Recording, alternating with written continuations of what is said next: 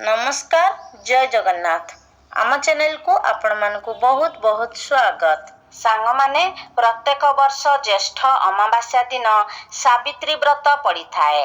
एही व्रत को प्रत्येक सधवा नारी माने बहुत खुशी रे पालन करि थांती।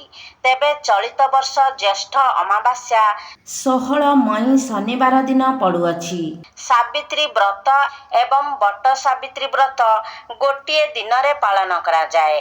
तेबे सांग माने सावित्री व्रतटी प्रत्येक सधवा नारी मानक पई एक महत्वपूर्ण दिन होइथाए। एही दिनटीकु प्रत्येक सधवा नारी माने निज स्वामींकर दीर्घायु कामना करी व्रत पालन करिथांती।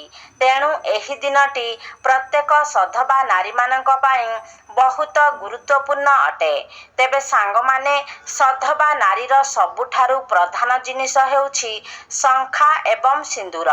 तेबे आजिर एही भिडियो रे मु आपण मानकु कहिबी जे सावित्री व्रत दिन आपण सिंदूर डबारे केउं जिनिस रखिबा द्वारा आपणकर स्वामी दीर्घायु होइथांती। एहा सहित प्रत्येक कार्य तांकु सफलता मिली थाए। सांग माने सिंदूर पिंधिबार किछि विशेष नियम रही थाए।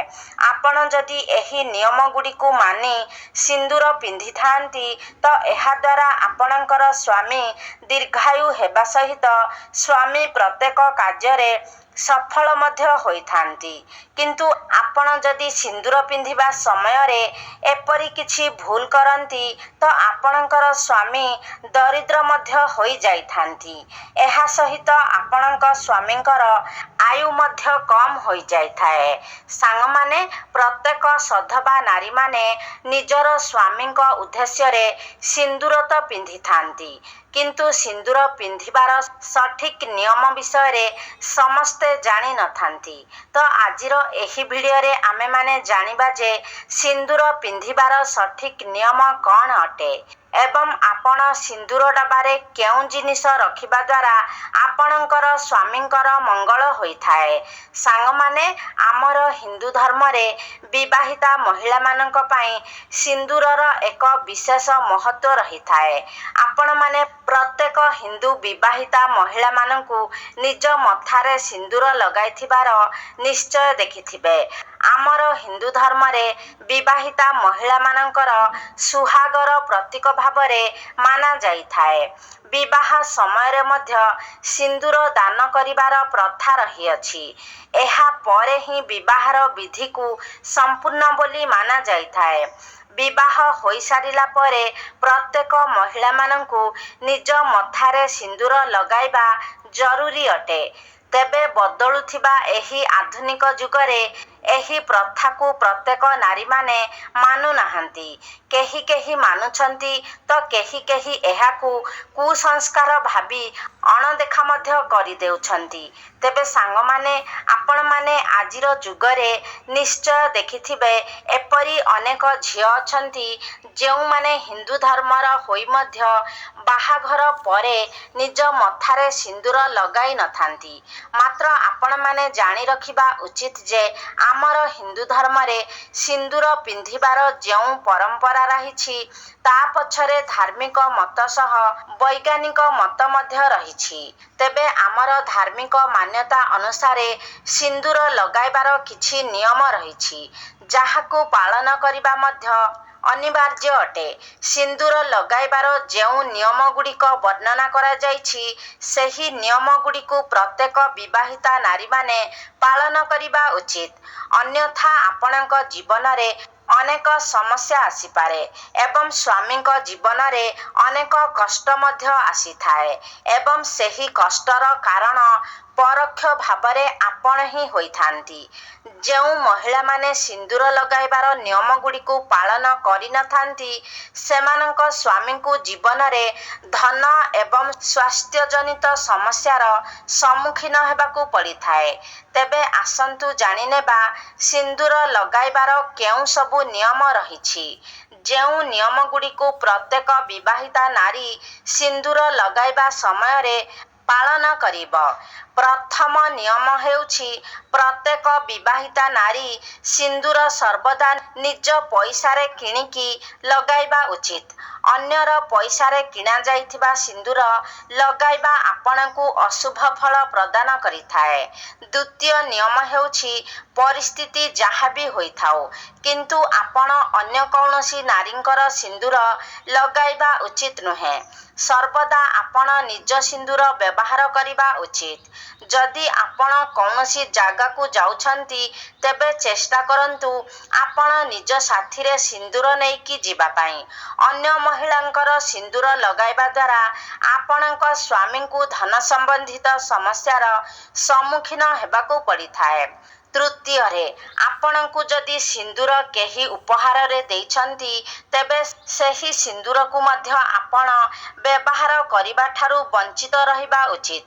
କାରଣ ଶାସ୍ତ୍ର ଅନୁସାରେ ଉପହାରରେ ମିଳିଥିବା ସିନ୍ଦୁରର ଉପଯୋଗ କରିବାକୁ ଅଶୁଭ ବୋଲି ମାନାଯାଇଥାଏ। ଚତୁର୍ଥରେ, କେବେ ବି ନ ଗାଧୋଇ ସିନ୍ଦୁର ଲଗାନ୍ତୁ ନାହିଁ। ସର୍ବଦା ସ୍ନାନ କରିସାରିବା ପରେ ହିଁ ନିଜ ମଥାରେ ସିନ୍ଦୁର ଲଗାନ୍ତୁ ଏବଂ ସିନ୍ଦୁର ଲଗାଇବା ସମୟରେ ଆପଣ ସର୍ବଦା ନିଜ ସ୍ୱାମୀଙ୍କର ଦୀର୍ଘାୟୁ ଏବଂ ସଫଳତା କାମନା କରି ମଥାରେ ସିନ୍ଦୁର ଲଗାଇବା ଆବଶ୍ୟକ। ଏହା ଫଳରେ ସେମାନଙ୍କୁ ଦୀର୍ଘାୟୁ ପ୍ରାପ୍ତ ହେବା ସହିତ ସେମାନଙ୍କର ଭାଗ୍ୟରେ ମଧ୍ୟ ଉନ୍ନତି ହୋଇଥାଏ। ଏହା ସହିତ ମଥାରେ ସିନ୍ଦୁର ଲଗାଇବା ସମୟରେ ଆପଣ ସର୍ବଦା ମନରେ ମା ପାର୍ବତୀଙ୍କୁ ସ୍ମରଣ କରିବା ଉଚିତ। କାରଣ ମା ପାର୍ବତୀ ଆପଣଙ୍କୁ ଅଖଣ୍ଡ ସୌଭାଗ୍ୟବତୀର ଆଶୀର୍ବାଦ ପ୍ରଦାନ କରିଥାନ୍ତି। ପଞ୍ଚମରେ, ଆପଣ ଋତୁସ୍ରାବ ସମୟରେ ଅର୍ଥାତ୍ ପିରିୟଡ଼ ସମୟରେ କେବେ ବି ସିନ୍ଦୁର ଲଗାନ୍ତୁ ନାହିଁ। କାରଣ ଏହି ସମୟରେ ସିନ୍ଦୁର ପିନ୍ଧିବା ଦ୍ୱାରା ସିନ୍ଦୁରର ଅପମାନ ହୋଇଥାଏ। ଷଷ୍ଠରେ, ଯଦି ହାତରୁ ସିନ୍ଦୁର ତଳେ ପଡ଼ିଯାଏ ତେବେ ଏହା ବହୁତ ଅଶୁଭ ବୋଲି ମାନାଯାଇଥାଏ। ସେଥିପାଇଁ ଆପଣ ସର୍ବଦା ସିନ୍ଦୁରକୁ ଯତ୍ନର ସହିତ ରଖନ୍ତୁ ଏବଂ ଛୋଟ ପିଲାମାନଙ୍କଠାରୁ ଦୂରେଇ ରଖନ୍ତୁ। ସପ୍ତମରେ, ଆପଣ କେବେ ବି ଅନ୍ୟ କାହାର ସମ୍ମୁଖରେ ସିନ୍ଦୁର ଲଗାନ୍ତୁ ନାହିଁ।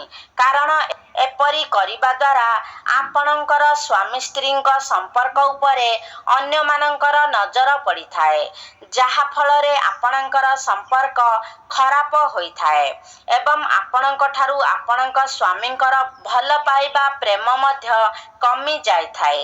ତେଣୁ ଆପଣ ଯେତେବେଳେ ସିନ୍ଦୁର ଲଗାଉଛନ୍ତି ସେତେବେଳେ ମୁଣ୍ଡରେ ଓଢ଼ଣା ଦେଇ ମୁଣ୍ଡକୁ ଢାଙ୍କି ସିନ୍ଦୁର ଲଗାନ୍ତୁ। ଅଷ୍ଟମରେ, ଆପଣ ଯେଉଁ ସିନ୍ଦୁର ବ୍ୟବହାର କରୁଛନ୍ତି ସବୁବେଳେ ଶୁଖିଲା ସିନ୍ଦୁରର ବ୍ୟବହାର କରନ୍ତୁ। ଆଜିକାଲି ଯେଉଁ ଲିକ୍ୱିଡ୍ ସିନ୍ଦୁର ମିଳୁଛି ସେହି ଲିକ୍ୱିଡ୍ ସିନ୍ଦୁରର ବ୍ୟବହାର କରିବା ଉଚିତ ହୋଇନଥାଏ। ନବମରେ, ଯଦି ଭୁଲରେ ଆପଣଙ୍କ ହାତରୁ ସିନ୍ଦୁର ତଳେ ଖସି ପଡ଼ୁଛି ତେବେ ଆପଣ ସେହି ସିନ୍ଦୁରକୁ ସାଙ୍ଗେ ସାଙ୍ଗେ ଗୋଟିଏ ଜାଗାକୁ ଉଠାଇ ଦିଅନ୍ତୁ ଏବଂ ମା ପାର୍ବତୀଙ୍କଠାରେ କ୍ଷମା ପ୍ରାର୍ଥନା କରି ସେହି ସିନ୍ଦୁରକୁ ନେଇ କୌଣସି ଗଛ ମୂଳରେ ପୋତି ଦିଅନ୍ତୁ। ଦଶମରେ, ଯଦି ଆପଣ ସିନ୍ଦୁରକୁ ସଠିକ୍ ନିୟମରେ ଲଗାଉନାହାନ୍ତି ତେବେ ମଧ୍ୟ ଏହା ଅତ୍ୟନ୍ତ ଅଶୁଭ ହୋଇଥାଏ।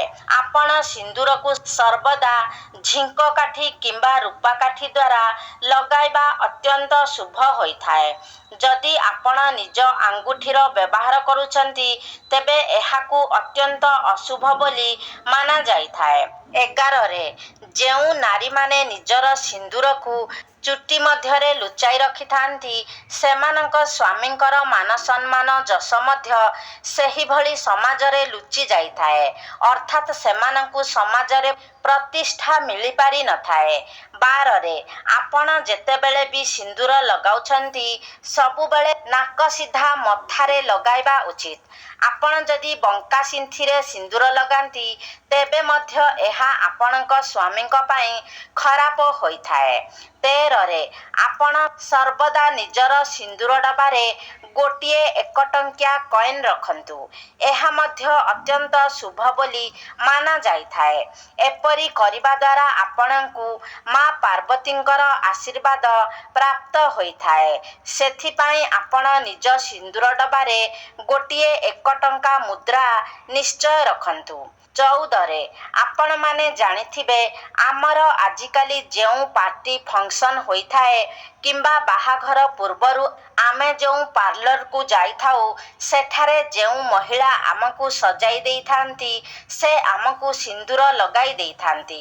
ମାତ୍ର ମନେ ରଖନ୍ତୁ ଏପରି ଭୁଲ ଆପଣ କଦାପି ବି କରିବେ ନାହିଁ। ଆପଣ ସବୁବେଳେ ନିଜ ମଥାରେ ନିଜେ ସିନ୍ଦୁର ଲଗାଇବା ଶୁଭ ହୋଇଥାଏ କିମ୍ବା ନିଜ ସ୍ୱାମୀଙ୍କ ହାତରୁ ଲଗାଇବା ମଧ୍ୟ ଅଧିକ ଶୁଭ ହୋଇଥାଏ। ମାତ୍ର ଅନ୍ୟ କାହା ହାତରୁ ସିନ୍ଦୁର ଲଗାଇବା ଉଚିତ ନୁହେଁ। ବିଶେଷ କରି ଆପଣ ଯେଉଁ ମହିଳା ବା ଅନ୍ୟ ଯାହାକୁ ବି ଆପଣ ଜାଣିନାହାନ୍ତି ତାଙ୍କ ହାତରୁ ସିନ୍ଦୁର ଲଗାଇବା ଆଦୌ ଉଚିତ ନୁହେଁ। ଯଦି ଆପଣ ସ୍ୱପ୍ନରେ ସିନ୍ଦୁର ଦେଖନ୍ତି ତେବେ ଏହାକୁ ଅତ୍ୟନ୍ତ ଶୁଭ ବୋଲି ମାନାଯାଇଥାଏ। ଏହା ଆପଣଙ୍କୁ ସଂକେତ ଦେଇଥାଏ ଯେ ଆପଣଙ୍କ ପରିବାର ତରଫରୁ ଆପଣଙ୍କୁ କୌଣସି ଏକ ବଡ଼ ଖୁସି ଖବର ମିଳିବାକୁ ଯାଉଛି। ଏମିତିକି ଯଦି ଆପଣଙ୍କ ଉପରକୁ କୌଣସି ବିପଦ ଆସିବାର ଥାଏ ତେବେ ତାହା ମଧ୍ୟ ଟଳି ଯାଇଥାଏ। ତେବେ ଯଦି କୌଣସି କୁଆଁରୀ ଝିଅ ସ୍ୱପ୍ନରେ ସିନ୍ଦୁର ଲଗାଉଥିବାର ଦେଖନ୍ତି ତେବେ ଏହାର ଅର୍ଥ ତାକୁ ନିଜର ମନ ମୁତାବକ ବର ପ୍ରାପ୍ତ ହେବ। ସାଙ୍ଗମାନେ ଯଦି ଆପଣଙ୍କର ସ୍ୱାମୀ ସ୍ତ୍ରୀର ଭିତରେ ସବୁବେଳେ ଝଗଡ଼ା ଲାଗି ରହୁଛି ସମ୍ପର୍କ ଖରାପ ରହୁଛି ତେବେ ଆପଣ ସୋରିଷ ତେଲରେ କିଛି ସିନ୍ଦୁର ମିଶାଇ ନିଜ ମୁଖ୍ୟ ଦ୍ୱାର ସମ୍ମୁଖରେ ଏକ ସ୍ୱସ୍ତିକର ଅଙ୍କନ କରନ୍ତୁ। ଏପରି କରିବା ଦ୍ୱାରା ଆପଣଙ୍କ ପ୍ରତି ଆପଣଙ୍କ ସ୍ୱାମୀଙ୍କର ଭଲ ପାଇବା ଏବଂ ପ୍ରେମରେ ବୃଦ୍ଧି ହୋଇଥାଏ ଏବଂ ଆପଣଙ୍କର ସମ୍ପର୍କ ଧୀରେ ଧୀରେ ସୁମଧୁର ମଧ୍ୟ ହୋଇଥାଏ। ତେବେ ସାଙ୍ଗମାନେ ସିନ୍ଦୁର ଡବାରେ କିଛି ବିଶେଷ ବସ୍ତୁ ରଖିବାକୁ ଅତ୍ୟନ୍ତ ଶୁଭ ମାନାଯାଇଥାଏ। ଯେମିତିକି ଚାନ୍ଦିର କଏନ୍, ମା ପାର୍ବତୀଙ୍କର ସିନ୍ଦୁର ଏବଂ ଗୋମତୀ ଚକ୍ର। ଯଦି ଆପଣ ସିନ୍ଦୁର ଡବାରେ ଚାନ୍ଦିର କଏନ୍ ରଖୁଛନ୍ତି ତ ଆପଣଙ୍କୁ ମା ଲକ୍ଷ୍ମୀ ଏବଂ ମା ପାର୍ବତୀଙ୍କର କୃପା ମିଳିଥାଏ ଯାହାଦ୍ୱାରା ଆପଣଙ୍କର ବୈବାହିକ ଜୀବନ ସୁଖମୟ ହୋଇଥାଏ।